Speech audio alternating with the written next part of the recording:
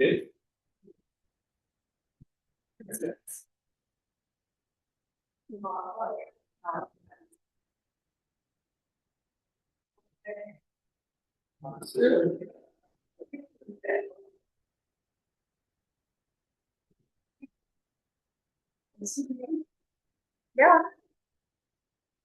We can. I don't know how are you?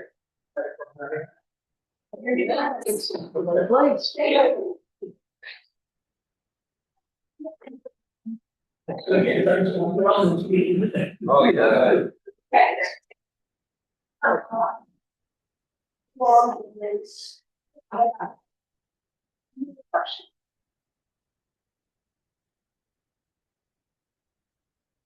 Mara, I forgot my dongle. Did you bring your dongle? Oh, no. I can't believe I left it. I brought everything else I needed. Not my dongle. No. That's okay. We'll just deal with it. You don't call it. You need to.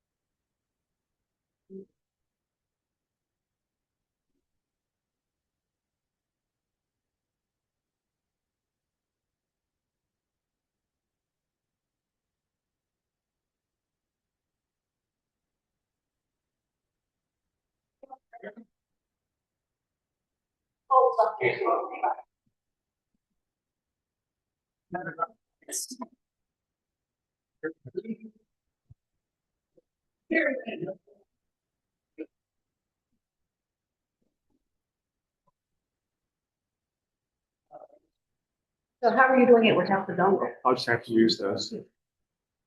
Mike, that's on that. For the sound. So it won't be ideal.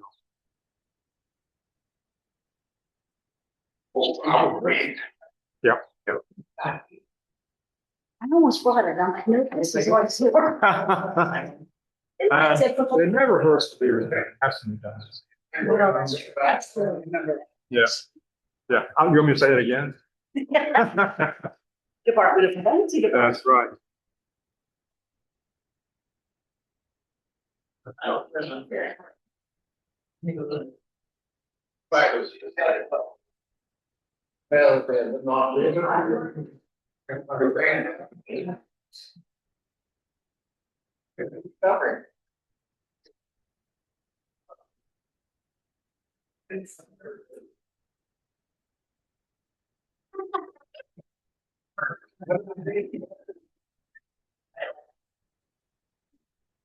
I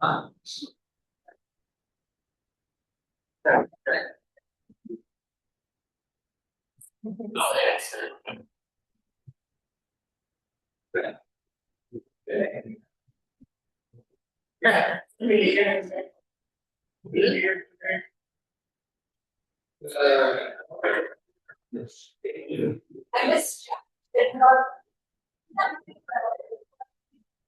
Where is?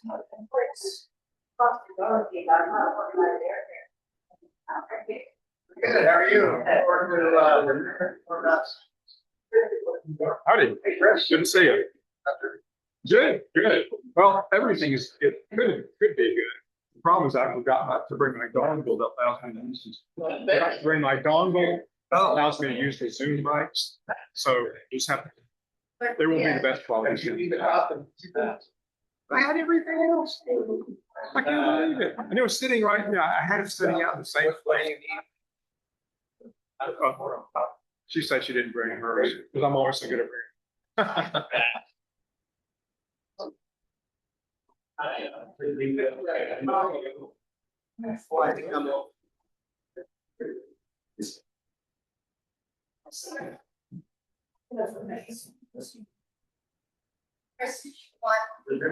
Probably the regular order. Yeah, yeah.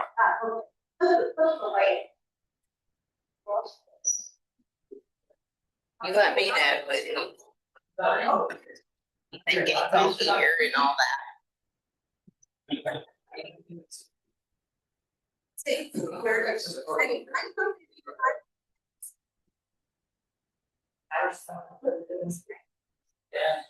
I mean, there are restaurants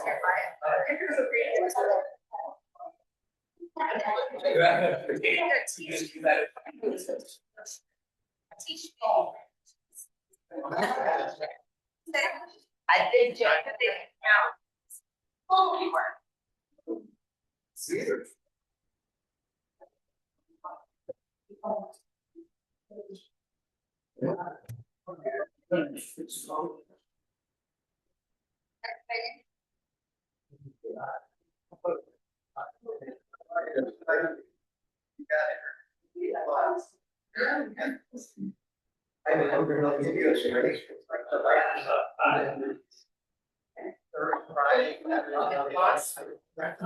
Yeah, don't have it. I didn't want to do that.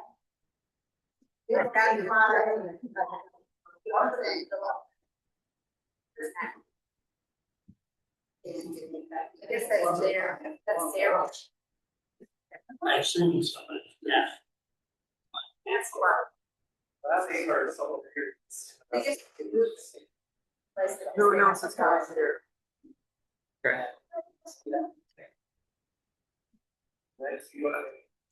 Erin, can you send me a copy of the slides by email? Yeah. Okay. Can you do that now? Again? Can you do that now? Right there. Yeah, I'll do that right now. Yeah. We officially don't start till 2:15, just to get my hands getting here.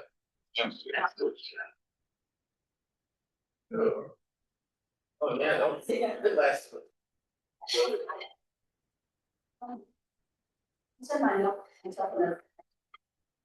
We're not short of drive today. You're not short of drive. No, No? Still 20 minutes? it's longer to come.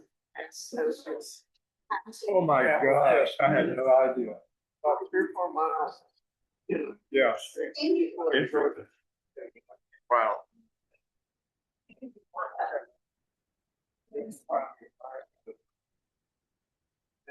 Huh. Go take you 20 minutes. Or takes these on you minutes. Well, the Time wise. wage said it's 17 minutes. Yeah. Oh, We have visitors today.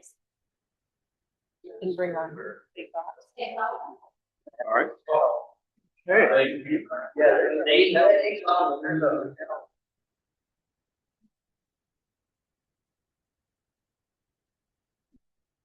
Once they real quick way off the website. Very. No, it's another 20 minutes. 36. Turn off the and it's not a bad route. Go up 751. Yeah. Towards the south hospital. North of Fayetteville.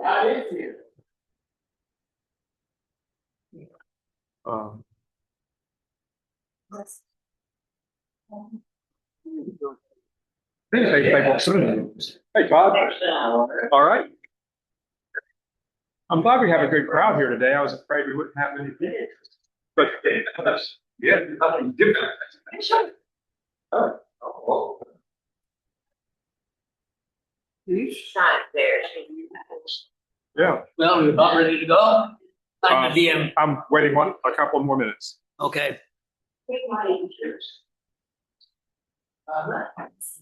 Took it a hot second to attach there. That's okay. It's little. No problem. The internet at a reasonable speed. Seems it's been a lot rounded. Wow. I remember Oh, right. going to the farmer's market. They have a whole. Wow. To the farmer's market.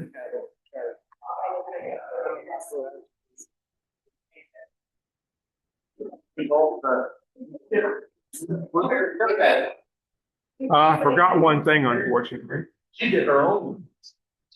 Thank you, Erin.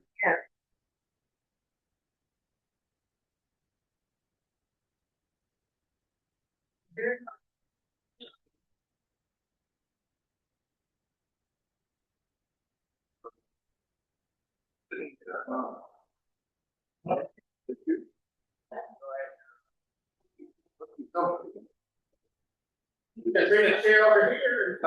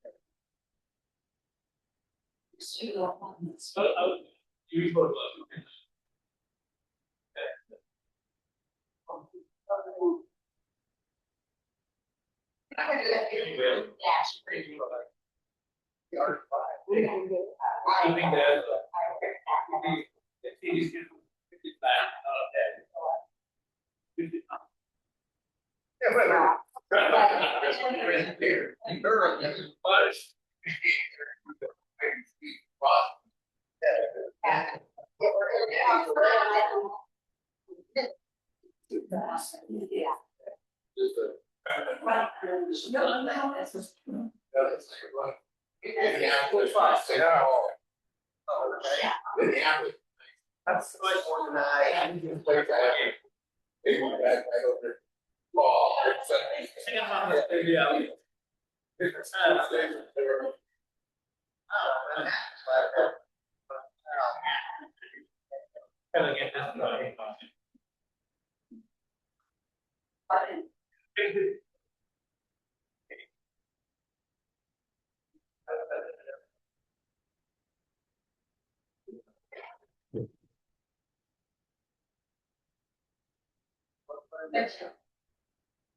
Okay, John, I'm ready.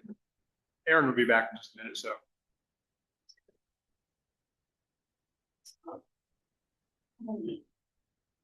Welcome, everybody, to our meeting today. My name is John Holden. I'm a EHS team member who's the designated board member in charge, well, not a board member, master of ceremony.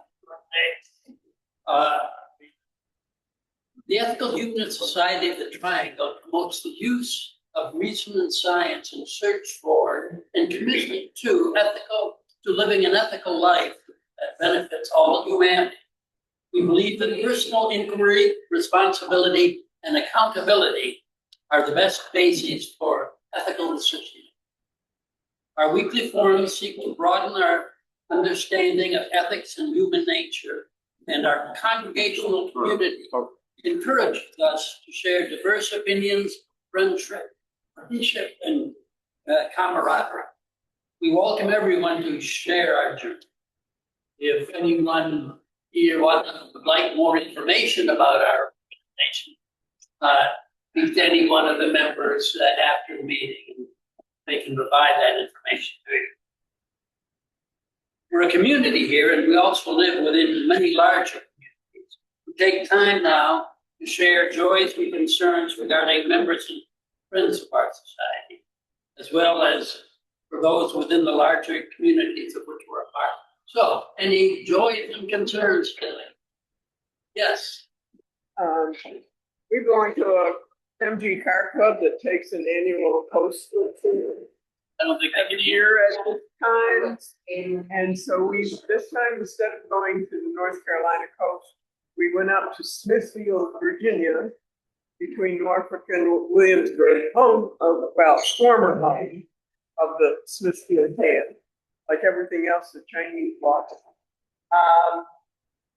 And if you haven't been there, I highly recommend it. It's a lovely little town, and History Museum, which houses the, among other things, the oldest Smithfield ham, which is made in 1920, so it's over 100 years old.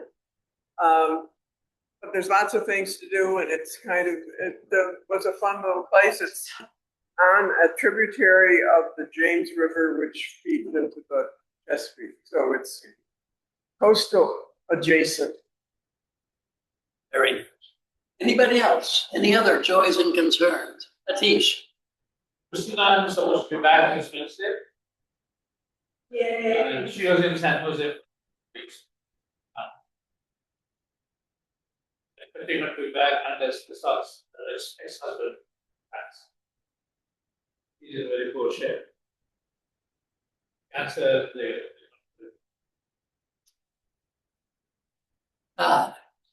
Yes, just returned from 2 weeks in Spain. Yeah. Had a great time. Lived right in the middle of the city with a friend, Claudius. Just toured around, ate ourselves. Yeah. It was a great experience. Wonderful city. that sounds great. Oh, yeah. Pardon? Oh, yeah, pictures. Are there any other joys or concerns today? And if not, we can turn to our opening words, and I believe Solomon, you got them today. Again, Again. didn't I just do this? no good. You know, wasn't there Langston Hughes and some other thing? No good deeds. That is correct. So here I am again. I expect not to be here for another couple of years. Oh, we will drag you in.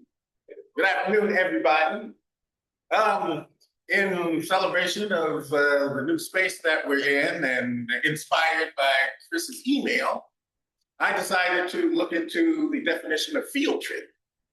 Oh, And originally, field trips were actually developed. It's not an ancient term, anything like that, so that students could get out of the classroom and experiential learning. The definition: a trip of a field outside the classroom to study something directly, often used in science and later education. The earliest evidence of the usage of the word field trip is in the Oxford English Dictionary is the 1880s, 1885. Early academic excursions were organized by places like Harvard University's Museum of Comparative Zoology in 1870. In the 20th century, proponents of progressive education, such as educators influenced by John Dewey, incorporated field work to bring students into the world outside of the classroom. The Montessori influence, Maria Montessori, whom I'd never heard of, I didn't know it was actually named after a person. Championed this concept, advocating for outings or going out to connect children to real world experiences. Initially, this approach allowed students to explore natural settings for study, eventually expanding to museums, historical sites, and industrial locations as part of the formal curriculum. So, welcome on the field trip, everybody. And who's introducing our speaker? Chris? I guess I am, but I probably should. Oh, there she is. All right. Hold on a minute.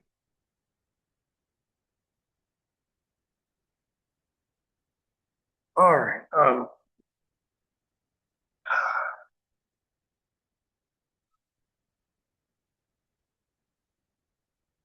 I haven't prepared much to say about our speaker, Erin Holden, because she doesn't say much about herself. So she always talks about the center here, how important it is to work. And she's been doing this for quite a while, so she's quite dedicated. In fact, I didn't even know her last name until I got her email just a few minutes ago. Erin Holden. So on the website, it just says Erin. I guess they want to keep it nice and red. So I want her to tell us about seeds and herself, because I was impressed when you saw me back came to look at seeds about a month or so ago. So without further ado, Erin, thank you so much.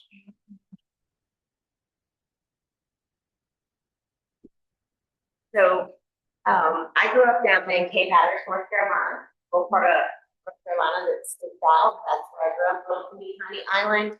And I was very lucky, because that is a national park. So 90% of that island is owned by the Park Service, which means that it is clean and pristine and beautiful and was so when I was young.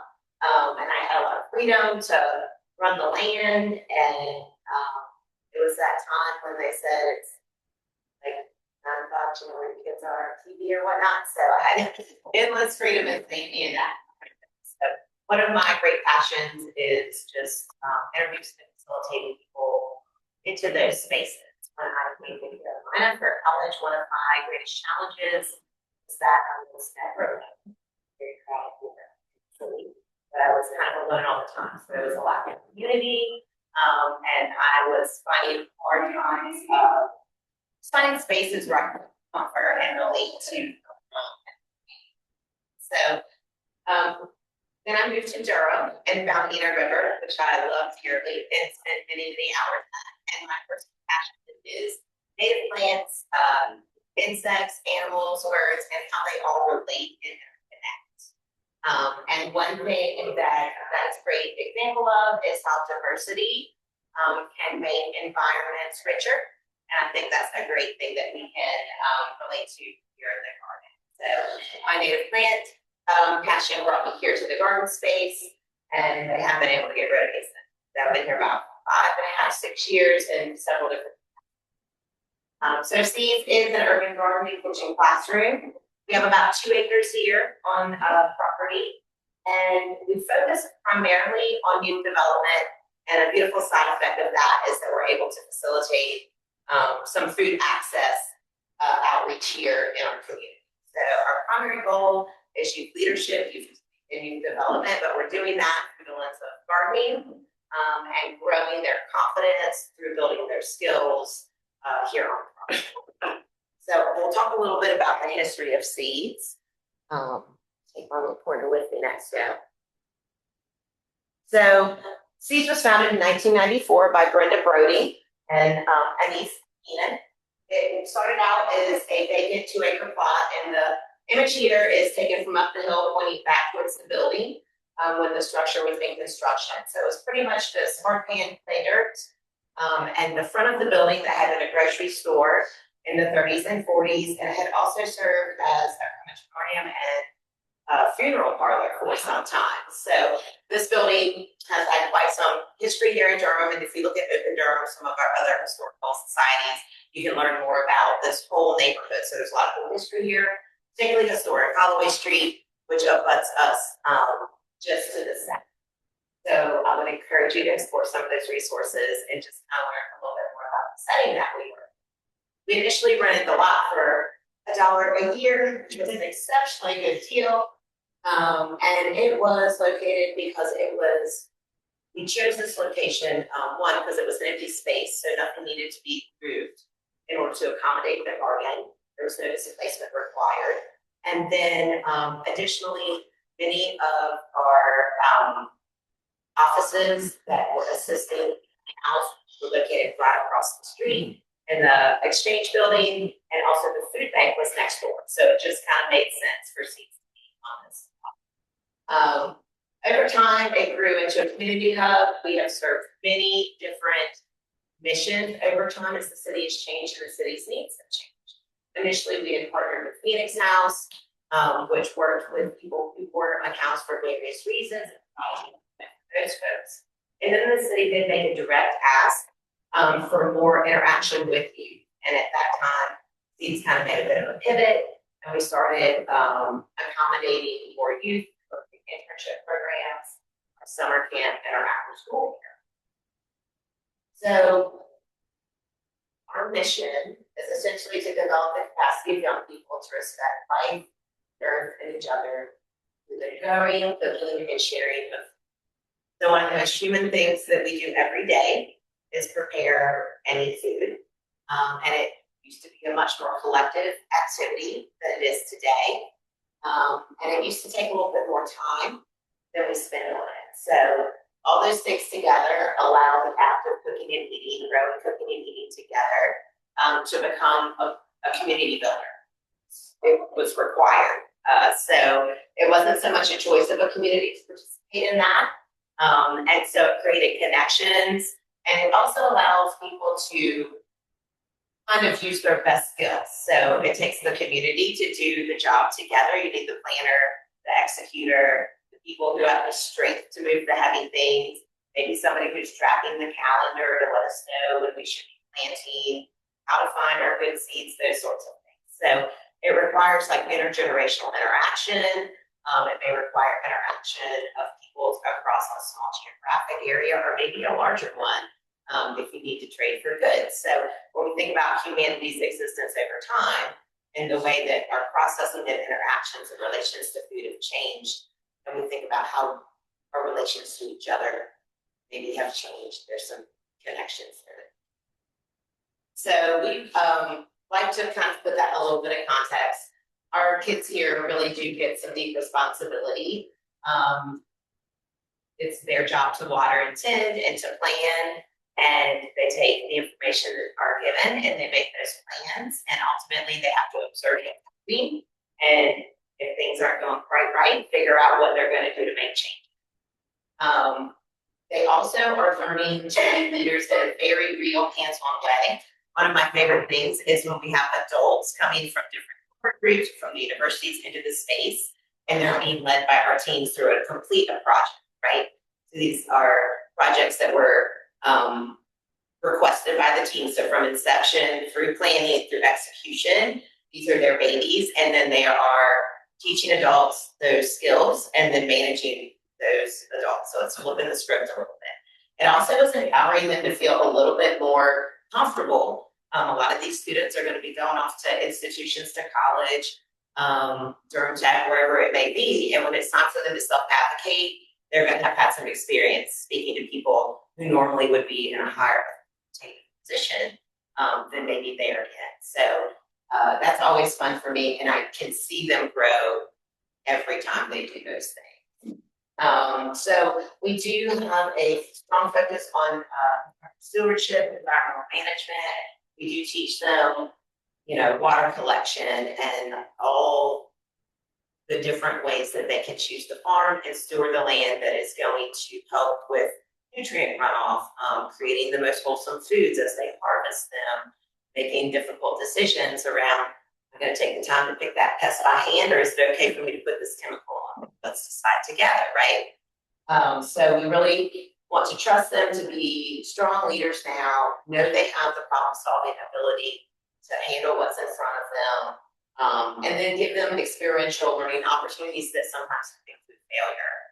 Because if we don't experience discomfort and failure, then it's very difficult to grow. And frankly, when you're trying to work as a group, that is the time when it's hardest to commute and make a new plan. So we hope that this wraparound programming for these kids is really going to lead them to be super resourceful and look into themselves for solutions, as opposed to expecting others to provide those things for them, learn to ask for what they need, and learn to trust themselves, their intuition around what's going to solve their problems or what is most important to them, as opposed to listening to what others think. I think them is most important at this time in their lives. So we also do have a pretty set desired impact. So we want to grow these life skills, right? We want these kids to be able to leave here and cook food, preserve food, grow food, and share that with everyone else. So that does require a certain level of mastery, which requires that we give them some freedom and practice in the kitchen, as well as in the garden. So luckily, we have this beautiful space that allows us to talk about many different things. It's a comforting space. It's beautiful out there. And so when the kids are experiencing challenges, they're like in an environment where they can talk about those things. And when it starts to feel in our body a little uncomfortable, sometimes that's what will make us stop sharing. But we're in a space outside where we're practices to recognize what our body is feeling, question why am I feeling that way in this moment, and then talk about that, right? So for myself, one place that I have experienced that a lot is when I have done my racial equity and food justice trainings, right? Because there's a lot of families that and it's difficult sometimes to like stay in the moment and keep learning when you're having a lot of feelings. So I'm learning from these teens as I see them benefit from these practices. And sometimes it's something as silly as like, I feel uncomfortable. Let me wiggle my body and get that feeling off so I can still be perceptive, right? So it's really kind of cool to see what's working for them and how they're growing, and then go, oh, how can I apply that to my life? How can I grow as well, right? I think the goal is for us to create people who are like lifetime learners, who are open to be changing when they receive new information, and who are feeling like that as they receive new information and their concepts are changing, that they have a level of responsibility and obligation to their community to like embrace those changes and to be active participants in that. So it's food systems, it's the environment, but it's really mostly how they're feeling in the space and helping them to build the confidence to really kind of grow as people and make changes. So we have like all these core values, right? So our biggest one is clearly capacity of young people to make change now, and also to like direct what they need in their life. We have equity, community, experiential learning, environmental stewardship. These are like a buzzword. But for me, what that really boils down to is allowing the youth to lead. And that can be difficult. There are times when I'm allowing them to manage a certain situation and it isn't the way I would do it, right? Or it isn't as perfect, or maybe something's not capitalized on our newsletter. So I have to be able to accept a certain level of imperfection and trust and believe that our community can accept that imperfection as well, and that is not going to turn people from investing their time and energy here with our students, and that they will in fact see it the way I see it, which is allowing those kids to show up in a very authentic way without overcorrection, and understanding that it really is about their ability to express themselves and be really free and open with like who they're developing into, with no boundaries here and complete safety. So that's where the equity and inclusion piece is really coming into play. Durham is a very diverse city. We know that it is primarily made up of Black, Brown, and Latino families, and that it is often not reflected in the crowds that I see in certain spaces in my life. So I absolutely want to ensure that in our space that demographic is correct. So there are many challenges that come with that, right? Certain organizations come in a package, and so what I tend to do is try to find ways to get those organizations to overlap their space. And then they start rubbing up. And they start going, oh, you and I like the same things, or this macaroni cheese is delicious. Can I please get your recipe? And it kind of starts to develop relationships that we aren't controlling, right? These are natural relationships that are and developing their own sense of equity and inclusion. Because who am I to say what that looks like, right? Our community needs to come together and create that for ourselves. And we're super, super lucky because we are placed right next to several different entities that allow us to kind of bring different organizations and property at the same time. So we have one across the street. We have just down the way, maybe 3-minute walk away. We have life skills. We have our different parks and areas that we know have lots of unhoused neighbors in them. So we're able to kind of provide experiences that allow all these people to come and develop their own relationships. So that's where the community cooperation comes in. And ultimately with the environmental stewardship is once I get them in this space, then we get to start talking to them about all the cool and wonderful things outside. So, you get somebody outside, you're showing plant, next thing caterpillars, chickadees, and now you've got them going home to read Douglas Calamy, bringing nature home.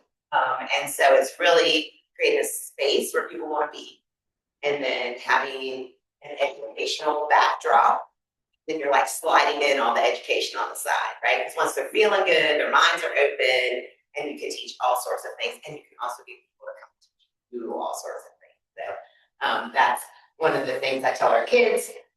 When you're talking to somebody and you mention something and they're like, oh, I know about crafting or whatever, that's the time to for sure try to bring those people in so we can expand our environmental stewardship skills through that community now. So we have our 4 main programs here. Our Dig Teen internships, our seedlings, those are elementary field trips, our community workshops, and our new partner, which is across the street. We'll focus mostly on dig, so I won't get too deeply into that right now. But we do offer 3 field trips for elementary and middle school age kids to all of our DPS schools. If the school happens to be a private school, then they do pay a very small fee to help cover our materials. We also have some relationships with some of our high schools where we have kids that are in occupational classes that are coming here and spending time with us learning to plant. So in Hillside High, for example, brings about 10 kids 2 days a week for about 4 hours a week. And they are some of my favorites to hang out with, and they are super productive. And then we do our community workshops. Just 2 weeks ago, we had a free tea making and yoga workshop. It was like 2 hours of relaxation and self-care. We have our dressing making workshop, which we have some recipes at the front door for that. We also do lots of gardening. So we're getting ready to launch a whole series that's pretty fun. Several different classes that'll be free to community. And we are partnering with the Botanical Gardens at Duke as well. To have some classes in our space, so to collaborate properly. And then our plot owner is not allowed individuals to have a space to grow in. It's 4 feet by 8 feet, about 4 feet deep. They're irrigated, so very easy to use no matter your age. They're designed to be super accessible, and all of our equipment in that space is also designed to be accessible to multi-generational people of different abilities. And that's super cool to see, again, folks who probably wouldn't have met each other otherwise, like working together to grow food and to share food and to talk to each other about how to do things. World Relief has several beds over there. And so we are learning lots of new languages, a little bit at a time, mostly food related words right now. We're getting that's super exciting for me, again, because it just kind of is a new way to expand food access and create. So our DIG internship program is Durham internships. And it's youth driven, it's urban farming and leadership development program. Basically any high school student here in Durham can apply. We do work with certain recruitment organizations to help target students that would benefit highly from being here with us. But once the spots are filled from those organizations, then we move it to the larger. So it's really like applying for a job. They got to send an application and an interview. That's the whole life lesson. And then once they're here on site, they can come back year after year as long as they're in good standing. So if they're doing a good job, they're showing up when they're supposed to. These are paid internships. These kids come in at $14 an hour. One of the reasons it is exceptionally important that we pay them is that we know that there are many kids in Durham that have to work. They have to make some sort of income. I grew up in Hatteras, got a work permit when I was 13, and I was sent out there to earn a pension, right? So I can identify with that. And unpaid internships are not an opportunity or option for many of our kids in Durham. One thing to remember here in Durham in any given year, you have usually somewhere between 40 and 60% of our young people who are food insecure, which means they don't know where any given day where their next meal may be. And so that's just one way to try to wrap your head around it. It's a big number given the amount of money that we have in this city. So we really do want to make sure that the kids that we're recruiting are from families who are going to be able to benefit from their new knowledge around food that they can grow, new ways of cooking, how you can serve food, and who also look at extra income. So these kids are often paying for sports, they're saving for college, they're getting that first car with the money that they're earning with us. And that is another reason why it's so important that we're really providing the whole child wraparound experience. They get financial training with us. They get information around how to plan a budget, how to open a savings account, what is a check, how do I fill that thing out, you know? What's credit, how does credit work? How to open your own small business here at work. So we're trying to make sure that they can take the skills that they leave here with and think about how to apply those in order to continue to fund their life dreams. Also, passionate. This is Elena. Elena is one of my favorites. When I first started working here, I was like, I don't know if this girl likes here. I don't know. I don't. But you see the smile on her face now. It is good. And this is much more reflective of my experience with her after her being on site for about 4 years now. So, in her own words, she's felt that it has been a transformative journey for her. Seen her grow in her person, and I've seen that confidence build. She is going to UNCG in the fall, and she is hoping to study pre-law with a goal of studying environmental law with a focus on communities that are targeted for environmental practice. So, you know, when industry goes out and looks for somebody to park their dirty company on top of, it's not people who can defend themselves, right? So she's looking to serve her community that she's come from through her education. So super excited for her, sad for me because I'm going to miss her. So we do all the hands-on learning. They are gardening seed to harvest, they're cooking the healthy meals, they're developing the leadership skills, they make a beautiful buffet, ingredients in the garden, and they are experiencing giving food back to community directly, right? So one thing I think these kids really internalize is I can tell you all day long, you can make a difference in your community if you just XYZ thing, right? But when they're putting food from their hand into someone else's and that person is happy to have it, that kid develops a self-value, a self-worth that I can never in a million years instill in them, right? It's just experience. I can tell you all day long that you're worth something. But when another person is benefiting from your work, feel that more deeply. So I recognize that because that's why I'm coming back to this space every day to do this work. And I see that in them and their new ideas. So when they're like, oh, I see this problem, here's my idea to solve it. Erin, can you come find a grant that I can write money, right? Get somebody to fund this. That's the full circle. Wall Street Juniors is an organization here in the city, and it teaches kids how to invest money. Wall Street, it's the name Wall Street Juniors. And their founder actually was one of our seedlings, a sapling, and then a dig. So that's one example of a student who's really been here, taken the leadership and community lessons and reinvested in Durham. They have a lovely space downtown. So super excited to see all of our students grow and thrive and make that community. So this is like a long words, but essentially gardening, cooking, healthy, equitable food choices, that's what we're going for. But the bigger things they're taking away is how to really face a challenge, how to solve these problems, how to leverage resources. Who can ask, right? Who knows how to fix this? And then also making them engaged community members. So how do I control my environment around me, the things I can touch and see, right? Also though, how do I get registered to vote? How do I learn about how our government works, right? So those are also some of the things that we're teaching them about, because particularly local government, because that is something they don't get a lot of in their civics classes, and they can engage very closely with them, right? Like if they see a problem, we can go meet with the mayor downtown and we can talk directly to that person about this problem. So we're hoping to build that engagement and the bravery it takes to be engaged in that way, to take action and not just have an opinion. That's a big part of the process here.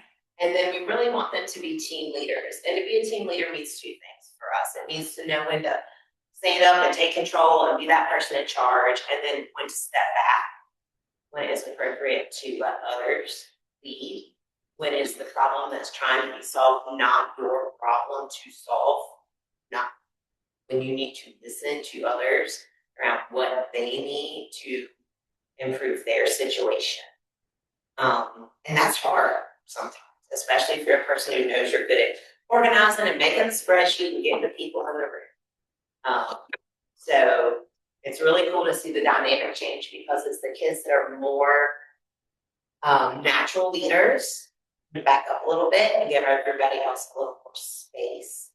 Those other kids do really stand up, and you can see them find their niche in expressing their thoughts, so what their voice looks like. Maybe that wouldn't happen if the other kids weren't learning about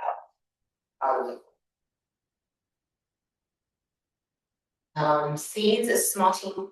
So until just 2 weeks ago, it was just 3 of us. I did hire 2 new team members. And so there's a lot of hours in the day, and we want to fill the space as much as it's 2 acres, it's building, right? So the way to do that is through free and open sharing of our space to community partners.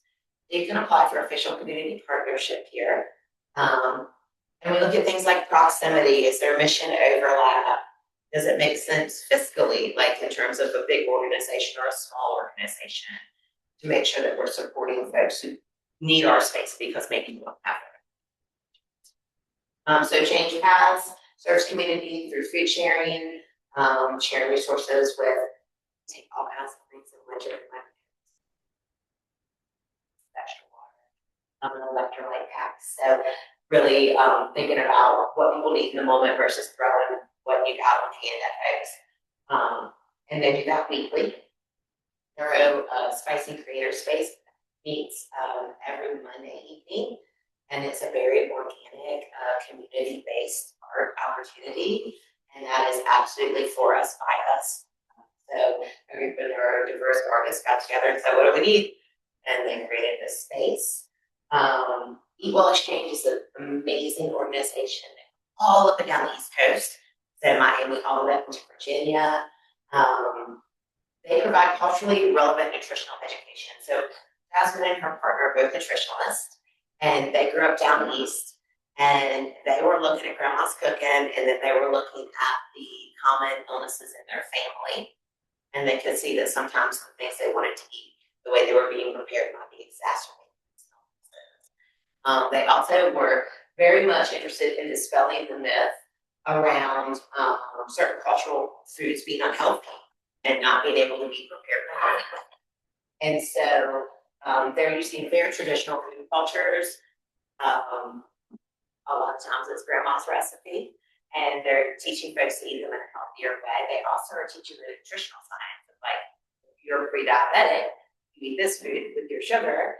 Now it's going to spread that insulin and uptake out over time. You're going to feel better. It's going to be healthy. So I encourage anybody who's looking for opportunities around diabetes, heart disease, any kind of chronic illness, to look to them for some instruction in cooking classes. And they're getting ready to start the new cohort that will be meeting in our space in June. Then we have life skills. These kids are amazing. They're transitioning out of foster care, ages 12 to 22. They lack traditional support systems because they unfortunately don't have a family network. They come here at least once a quarter with us to do a family meal. So it's typically Thanksgiving, Christmas, Easter. There's kind of the normal family celebrations. When they're in here, they're going to learn to cook whatever that meal is that day. We cook collaboratively, they eat together, we play games. Depending on the season, maybe there's gifts, that kind of thing. So I love these kids, and Life Skills does really, really crucial work here in our community. That's another organization I would encourage you all to, like, check out for that, more in depth. And last but not least, families moving forward. They provide emergency shelter to families with children who are experiencing illness. They're about 3 months away. And they come on Tuesdays and they do space. They're going to be mostly about financial wellness, but also they talk about cooking, grocery planning, how can you stretch a meal, what's healthy, what's not the best way to feed ourselves, are we investing in food or medicine, that kind of thing. So they typically have about 150 to 200 school-age children they're serving across the year. And so what we're doing is both supporting the parents, but also providing space for those school-age children to be in a safe, happy space while their parents are going and all the nitty-gritty things in life that need working on. So super proud of all of these partnerships, and these are just a few of many, just to kind of give you an idea who's moving through this space. Basically, seeds is super important because food is human right. I feel like that's kind of like a new concept right now. I'm not sure why, even I myself hadn't really thought about it in that way. But we also know that access to food is power, and that perhaps we have been bamboozled out of that belief, right? So it's easy to think about, well, that farmer's got to make a buck. Yep, we all got to live. But also, are we really growing food in a way that is equitable to everyone in the chain? Or have we turned it into part of like this capitalist machine? And once you answer that question for yourself, you got to decide, like, how am I going to participate in that? Where am I moral standing there? And am I willing to pay a little bit extra for that locally grown food that really truly is ethical versus going to the grocery store? And I learned just recently I don't have to give up avocados because avocados are like terribly problematic in terms of being unethical in a million different ways. So look up the history of avocados and NAFTA and all of that, and you'll be like, sad times for avocado sandwiches. Or maybe you won't, right? It's a personal choice for all of us. But the more you learn about it, the more you are wrapping your head around things in a new way. So there's a book called The Omnivore's Dilemma. And it's like, how deep are you willing to drill, right? Is organic really healthy and equitable and good for our planet? Does it really need to be local to be sustainable? So some questions we ask, some questions I would encourage you to ask yourself when you look at the food system and think about our relationship to food and how your relationship to food maybe has been shaped by the society in which we're living. And, you know, whether we like it or not, these are the kids that are going to be taking care of me when I'm older. They're the future. This is what we got to work with, right? So I'm very excited to be investing in them and seeing how amazing they are, how hungry they really are for like human interaction. They don't have a strong desire to be on that federation. I think they do. They're happy to put it away and go be outside. Just breathe. And I feel that more than anything, I want those people who are taking care of me when I'm older and who are managing our communities and our society. I want them to have some level of like joy and connection to the earth and each other. And the way to help with that is to bring them into we had a field trip last week, and these kids came and they all had like their hoodies up, you know, and you could tell they were in their zone or whatever. And when they left hoodies down, flowers behind their ears, like I don't know what happened to those young men while they were here, but it was like a huge shift in the vibes, right? So that's really what we're trying to do, shift the vibes. So now they're open to something new, break down that wall in a super organic way. And then they'll start thinking about what they can do. And then sustainable systems matter. Sustainability is a really big word in sustainable systems. The idea is giant. So for us, the heart of a sustainable system is humanity treating each other with a sense of humanity, understanding that sometimes you're tired and you need to take a break and step away. It's okay to tell people I'm not in my best space today. And we want to share that with the kids. So they're doing their best every day and they understand what their best is from day to day may change. And that's completely acceptable and normal for folks. So we want to take away the idea that things have to be perfect in order to be right, in order to be good in order to be worthy. And whether that's not playing and relevant or it's like you as a human, this is already. So everything we teach in the garden, see that they're reflecting back on themselves, and becoming more accepting of themselves as well. So that facing it all in love and respect, and just the looking at each other as the most important. All about the humanity of it. We do have the new goals. We definitely want to bring our summer camp back for elementary age youth. We want to have more. And we want to start doing some intercession programming. So here in Durham, we have a year-round calendar, and we want to start offering some things for our high school age youth who are in those different calendars. We are also working every year to increase our food production by about 10 to 20%. Our goal.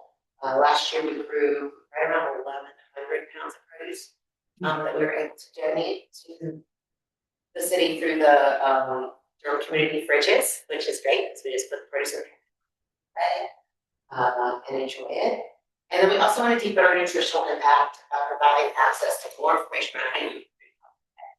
We have run into a ton of people who are like, that regular chard is beautiful, but I don't know what to do with that, right? So we're starting to provide more recipes. Our kids are working to videotape what they're doing in the kitchen, so this could be available on the website. Just trying to get creative around different ways that we can help people access the preparation information. And then these are some ways you guys can get involved. So we welcome volunteers. We have individual volunteer days, so you can sign up just to come on one of our community days. So individuals come and work together. It's usually about 10 to 12 people, which is kind of neat because it gives you a chance to meet other community members who have an interest in the organization. So maybe they like gardening, and maybe that they also are interested in the food access movement. They could be here for many different reasons, but typically there's some similar interest. We have many different streams of income here. So of course we rely highly on individual donations, but we also rent our space out. So for parties, meetings, recommitment ceremonies, that sort of thing.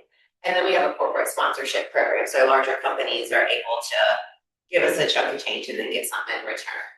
Right now, that is highly focused on funding summer camp because we would very much like to offer full scholarships to the kids that will be coming to us from our partner organization. Partnership opportunities are endless. There's something you see in the space. But that's about it. And then share and attend our events. For people, we have our Queen Bee event, which is coming up the Saturday after Mother's Day, which is a party. There'll be lots of art vendors out. We'll be apiary, the girl meadery will be here. We have to be in place, so things go on that day. And it's always helpful to get new eyes on what we're doing. That brings space, increases the diversity, the window bigger, brighter, it was more beautiful. So I think that part for sure. I feel like that's a lot. I feel like that's a lot. Seeds is a lot. 30 years of history and activity. We've been here a minute. So do you have any questions about anything in particular? Oh, we love questions. Yeah. All right, so. Any questions? I was just actually looking at your website. Do you have all those partner organizations? Or can we look at the slides again? Yeah, absolutely.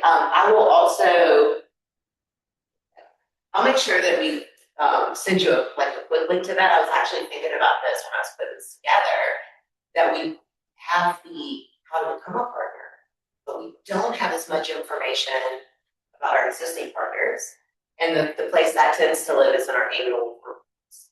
Now, the annual reports are available on the website as well. So that is another quick, easy reference, but you're right. Yes. Good more. First of all, this is really, really interesting. So thank you very much.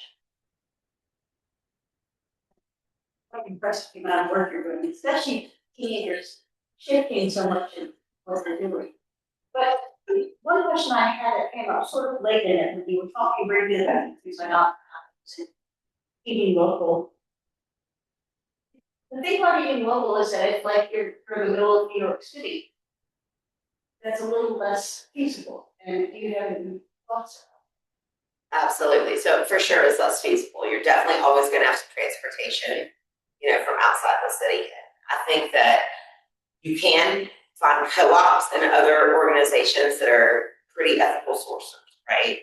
So it all boils down to being able to ask the person exactly what their practice is, because there's lots of chemicals that are labeled organic, for example, that maybe use on organic, but they're not safe for my body. I have to wear a complete suit to put them on, right? And that's where if it's local, you're able to ask exactly what organic chemicals are you using, right? And that to me it helps with the information. Now, if you can find a good intermediary, maybe that used to be Whole Foods, maybe not anymore, right? But we've got Durham Food Co-op right down the street, which feels much more transparent. You can even join the board on the Durham Food Co-op. You're a member owner. And so that is a place where you would have more control, right? You would be able to say, hey, I want to be able to buy that. I don't feel good about it. Help me do that. And because of the way that relationship is built as a co-op, they're going to be way more receptive to those questions and interested in answering. Because their responsibility is to the owners, for the customers, right? And I think that that's where the capitalism, the owners and the customers are not the same people. Whereas in a co-op situation, it's much closer relationship. Even it's funny, where I grew up, they have an electrical co-op, and anyone who's ever gotten electricity there at Christmas time, you get a rebate check because you were a member owner, and any money they make above and beyond operating gets divided among all the member owners. Your Christmas spent on it. And my parents haven't lived there in 15 years. They still get their little silver check. So, I think that is an example of how things could be if we wanted to make them that way.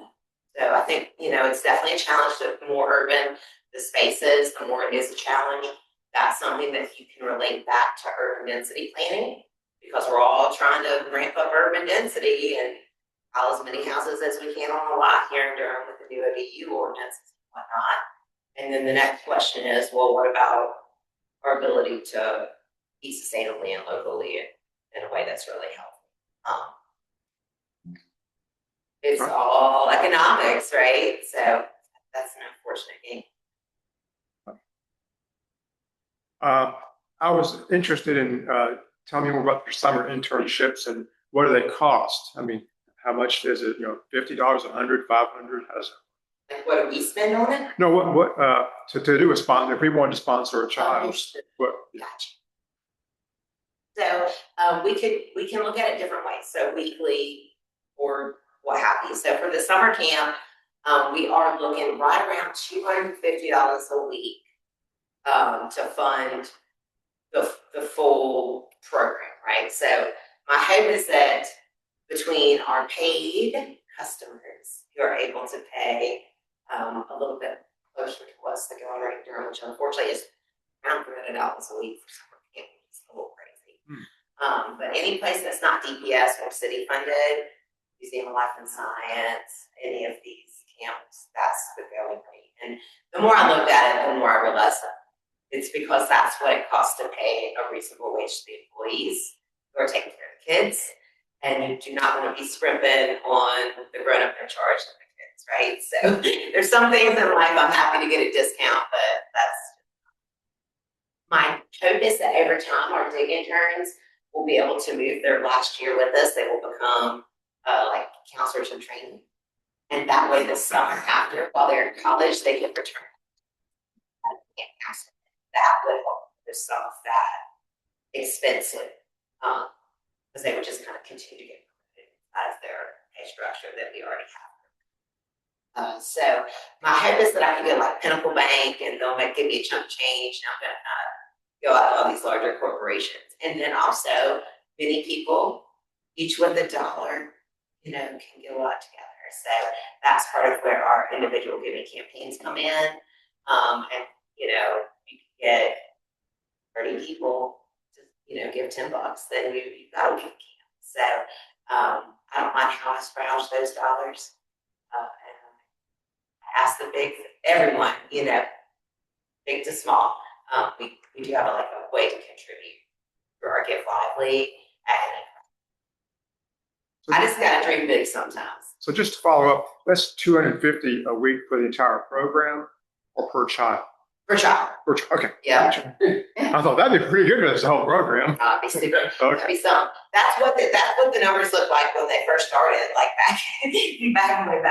So sometimes I'm like, oh, I wish I could pay that $7 an hour that was the going rate back in the day, but that's just totally not feasible. And it's important to me here that we're employing people in a way that's not extractive. So I don't want somebody here working all day, worrying about how they're going to pay their bill. I want them here and engage with kids, which requires that we pay them money that they can really truly be present. Yeah, I just have a simple question, which is, do you ever, families that are insecure children, you ever give them food? Oh, absolutely. So we do provide direct feeding.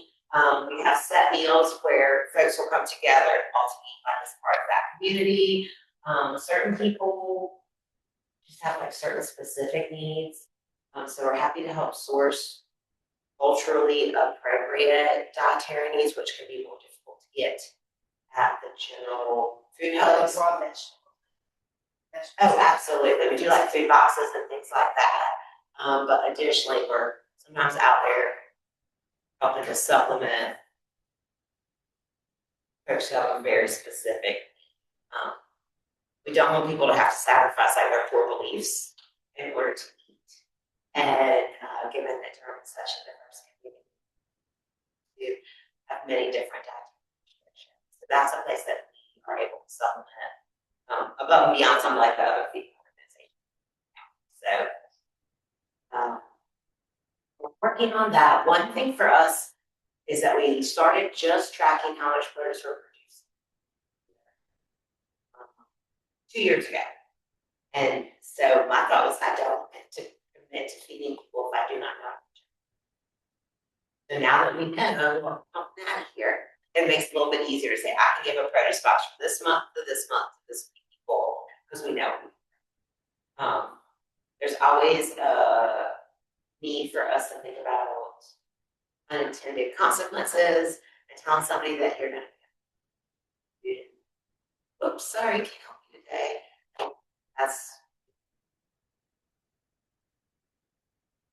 or in specific commitments. We want to make sure we have good data.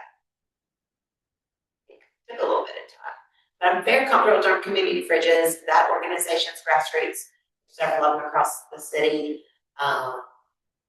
They are walk up, take what you need, put in anything you have that's extra, so no one is having to prove that they are worthy of food. And it also is kind of nice because there is no dynamic of a victim and a superhero. Nobody coming to the rescue, right? It's just all this very fluid swapping of things you might have extra. So that is something that's important to us. In the nonprofit space, there's particularly the official 503c nonprofit space. There is a history of it being people who have and people who don't, and we're trying to really think about that language, in the impact of using words like underserved or vulnerable population, or what do we really mean by those words? Do we mean poor? Do we mean black and brown? What are we not internalizing by not saying what we really mean? And what are the impacts of those words on the people that we are using those words to talk about, right? And it's a challenge because all the grants say how many underserved people do whatever, right? So I'm looking at that and looking internally to try to figure out is it really just we need simpler language? We just need to be more direct about what we're saying, and how can I stay within the requirements of grant writing and the way people try to talk about things, and also honor the changes that need to be made in this space. So I don't know, it's just like another thing in the nonprofit world to try to wrap your head around. Any judgments about business or big food. So this fridges work really well for us. In terms of taking that. Yeah, You've been working the same land in this area for 30 years. How do you maintain nitrogen fertilizer and everything and do it in a sustainable organic way? Absolutely a challenge. But we do a lot of things like cover cropping. So we're going to use nitrogen fixers, brassicas, things that are really deeply rooted because those mine are trace minerals from the ground. So those are some natural ways of replenishing soil. We also are trying to be less extractive during the growing process. So one way you can do that is through companion plants. So if you have a heavy nitrogen feeder and you plant it next to someone that is a nitrogen fixer, then instead of the nitrogen feeder extracting from the soil, there's a little bit more of a direct feed between those two plants. And so that's going to lower the extraction rate of the soil.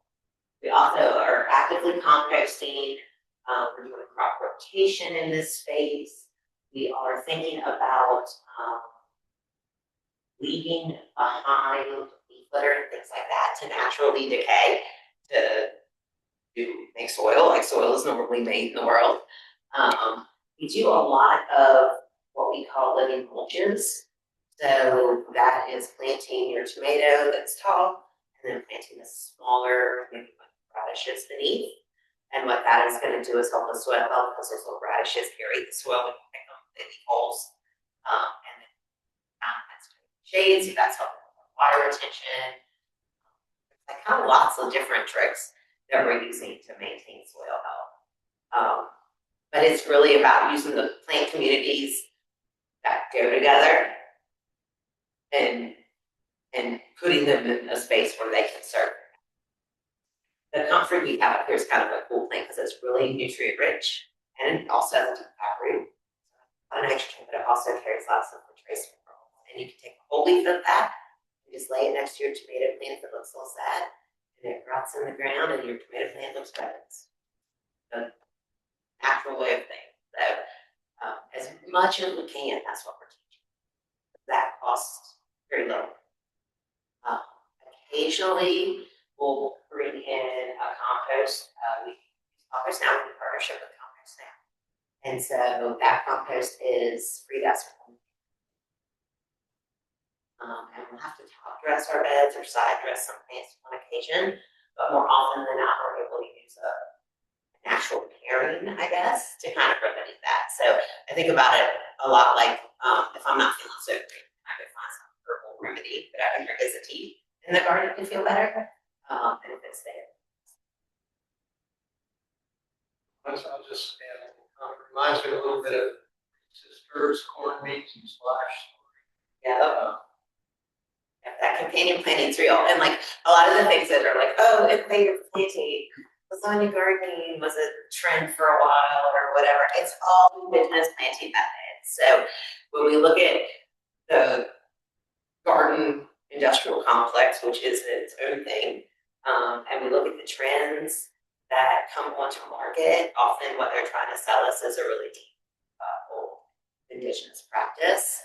And that is something that the more you recognize it, the less susceptible you are to the marketing, and then also the more we can honor everyone's ancestors and honor that knowledge.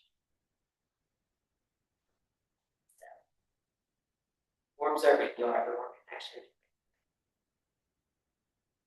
The more you're thinking about all our interactions with food in peak time type thing, the more you can see. I have a question. At any moment in time, how many kids are actually involved in your parents?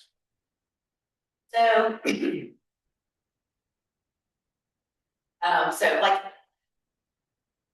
it's kind of different capacities. So I kind of think about them in buckets. So I've got a field trip bucket. So those are kids who go there for like 3 hours, one day with them, showing all good stuff in there as quick as they can. So we probably see 300 kids a year that way, which is a little bit different than my dig interns who are day after day, developing different relationships with each other, with the adults that they're interacting with, and a different relationship with the land. But year 4, that blueberry bush out there is like their blueberry bush, you know, so it's a little bit of a different relationship. So in that capacity, we have, you know, on any given year, it's probably 12 to 20 kids. That program has to be a little bit smaller in order for them to get the full enrichment part of it, which is why I want to move to the intersection. I get another cohort that's at a different time of year, and it won't detract from what's happening with the students that are on site this summer.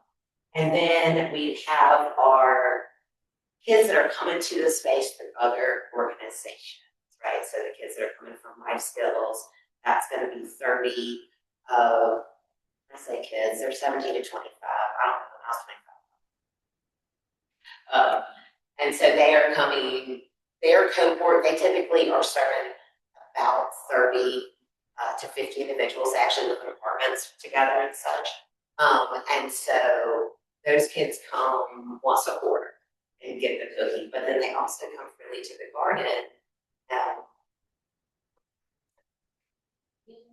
and use this as like their clean outdoor space. So sometimes it's hard to quantify the exact numbers because they're getting different touches. So I could be like, oh, it's 500 kids, but I want to be very clear, transparent, and honest that they're getting different experiences. The depth of experience is different, and the take home is different, depending upon what capacity.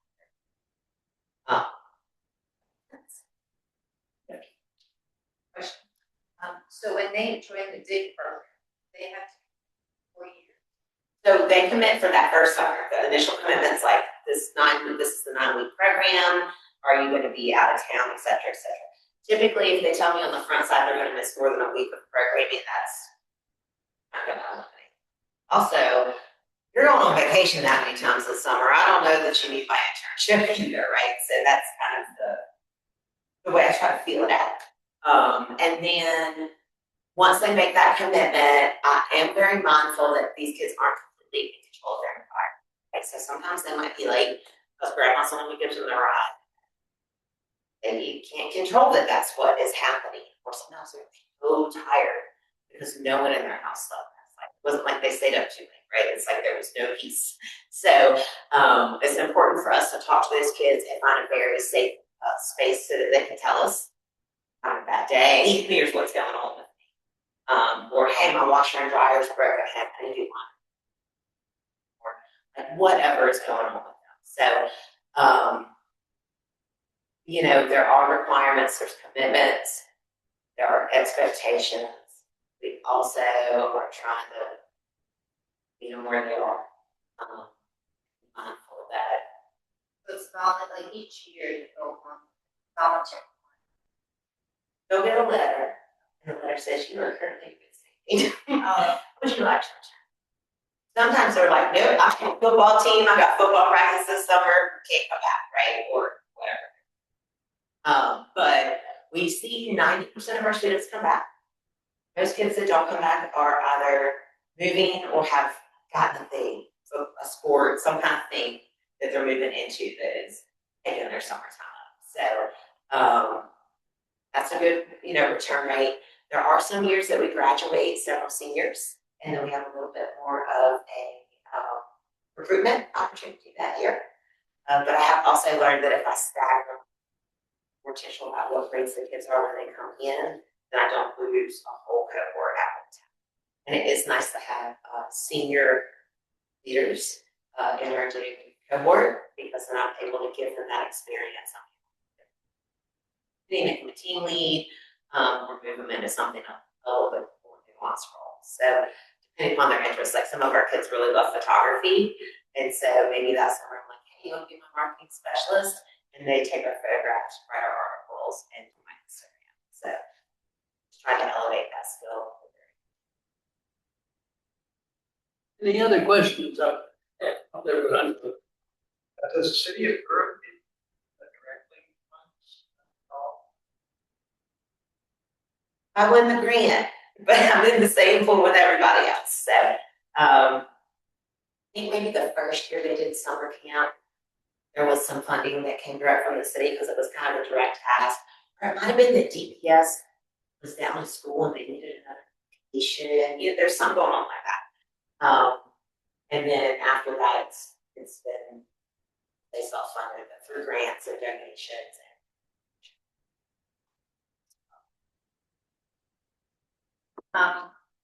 You said, something we talked earlier, you said you had four adults.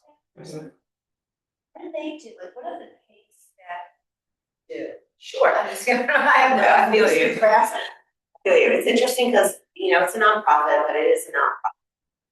A lot of my time goes to all the legal things, transportation license, are we compliant, and all of our inspections, doing all of our donor outreach, all of our grant writing falls to me, all of the monies received, payroll. Also, if the toilet needs plunging, that's me too. So whatever needs doing right here, I'll roll my sleeves up and do it. I have a garden coordinator, and it's that person's job to think about the planting, crop rotation. How often do I need to plant lettuce seeds? So we got lettuces coming quickly enough that we're feeding at a high volume. So part of productivity is scheduling all of that succession. Being out there every day, checking and making sure what's ready for harvest is harvested. We don't miss it, doesn't fall on the ground and go to the birds or what have you. So they do all of that. They also manage all of our volunteers. Just this month, we're going to have about 230 volunteers through the space, Wow. most of which will be here for 2 to 3 hours. So that's a lot of people managing. They got, what's the project going to be? Do we have all the supplies? How are we going to teach them to do this task, etc.? So that in itself is a job. Most people would have a whole volunteer manager person that did that addition to the garden. We have my newly hired educational specialist. Her goal is to assemble ours. So you bring it back summer camp. All your marks, there's no room for failure there. So her job is like compliance. What's our week-to-week programming gonna look like? Curriculum, etc. So she'll also be recruiting some folks to work herself to manage the hands-on with the kids each day. I have a garden assistant. He was a data intern. He's been with us for 6 years now, so he graduated and get rid of him. He's out of Alamance County and pursuing education in agricultural, despite having thought originally wanted to do video game design. Pretty big pivot. So he does a lot of like education, tree pruning, does the harvest and make sure they're just twice a week. So he sharpens all the things because all the things need sharpening. And so then we have Elena, who we saw, and she's working right now as my admin assistant. She feels our initial booking inquiries, helps me with our events. She does a lot of our newsletter. She manages media now. She's way outside the box, y'all. Let me just tell you, from where she started to now. So that's super exciting to see her grow in that way. So it seems like there's not that much to do when it's quiet, but there's going on in the background, right? Any other questions? If not, You mentioned oh, there's one. $14 an hour. Was that for the paid staff or the? My kids, the interns, the high school interns, so they're coming in at $14 an hour. That summer program, it costs us right around $46,000 to run. It's our most expensive initiative because there is no tuition, there's no cost offset for that. So that is all paid for through grant dollars, individual donations, different foundations, whoever's door I'm knocking on, you know. And how many interns do you have? Right now I've got 12. This summer I hope to recruit 15. you know, Serious money. yeah, it's a lot. So, and that makes that hard, but also I know that the kids that we can reach would not be the same kids if we didn't offer, you know, that money. And Yeah. given that's what you're getting at the fast food restaurant and things like that nowadays, you know, I feel like it needs to be meaningful and it's one of the hardest things to find. But it's for sure very impactful. And it's exponentially impactful. Because I know I see the way the kids move in the world change, and that means they're starting to change the world around. Okay, Thank well, you. thanks for a great overview.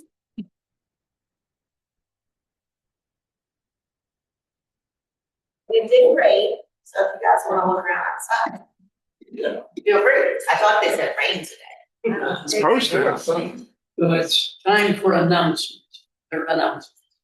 Yeah, the big thing I wanted to announce is that, well, actually the program stuff. So, next week is a discussion, on Zoom only, about, focusing around an article that was in the New York Times about a, politician in Florida who is, some view as anti-Semitic, and he has quite a following of young men in Florida. So we're going to talk about that article. Next week, we don't have a program, so we'll either not have a program or come up with something. I'll be out of town. So that's the 19th. On the 26th is the main thing I want to point out. That's when we're having another field trip, but that field trip is actually going to be helping to clean up Jordan Lake. I've set up an event in Eventbrite that you can get to through our website to sign up. We need as many able-bodied people to sign up as possible.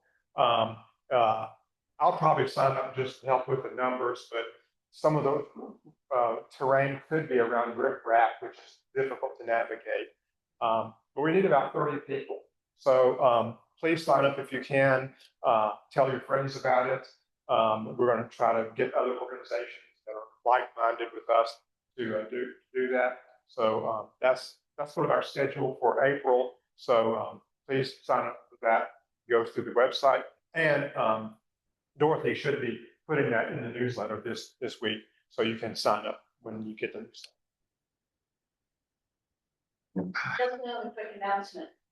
Next Sunday, being second Sunday, as it normally is, also board meeting, after the meeting. Anybody can attend who wants to, just get the excitement of the board meeting. You're not required to be on the board, you're not required to be a member, you can hang out and check things out, but you probably have more interesting things. No, they don't. Any other items? If not, it's time for closing word. Again? So, yes. Okay, Let's see. All right.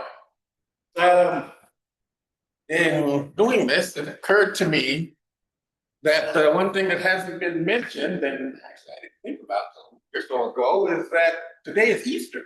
That's right. Shot. So, given this particular group, I decided to look up the Easter Bunny.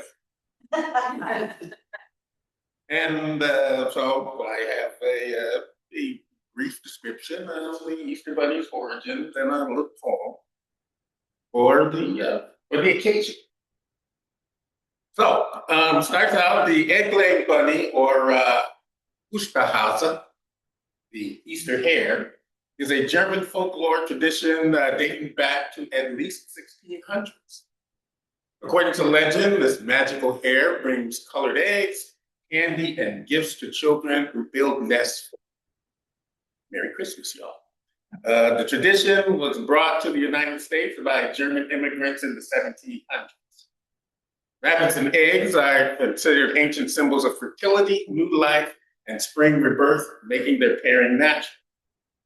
The Easter hare was originally a judge of children's behavior, similar to Santa Claus, deciding who deserved eggs. German settlers in Pennsylvania brought the custom where nests or later baskets were prepared for the hare to lay eggs. While rabbits do not lay eggs in reality, the lore stems from a desire to blend symbols of new life, eggs representing the empty tomb or resurrection, and rabbits representing fertility. Let's see. And now, finish with a poem. The Easter Bunny Session by Linda Alice Fowler. I don't know who she is, but I bring you her work. The bunny came and hid the eggs. Since he's mammal, the question begs, where did they come from? Did he buy lump sum? Wonder what he'd do with frog's legs. What's with the chicks following him? Maybe they're here on the wild wind. Difference in age, large I'd wage, but I am not a judge of them. Then there is the most obvious question. If Easter Bunny is male concession, how could he lay an egg down his long trouser leg? I think I need a therapy session. Happy Easter, y'all. Okay, thanks Solomon for opening and closing words. Amy for being our greeter today. Speedy for our lovely refreshments back here. Chris for your usual duties on Zoom. And that's it. Our meeting's over. Fellowship continues. As for refreshments.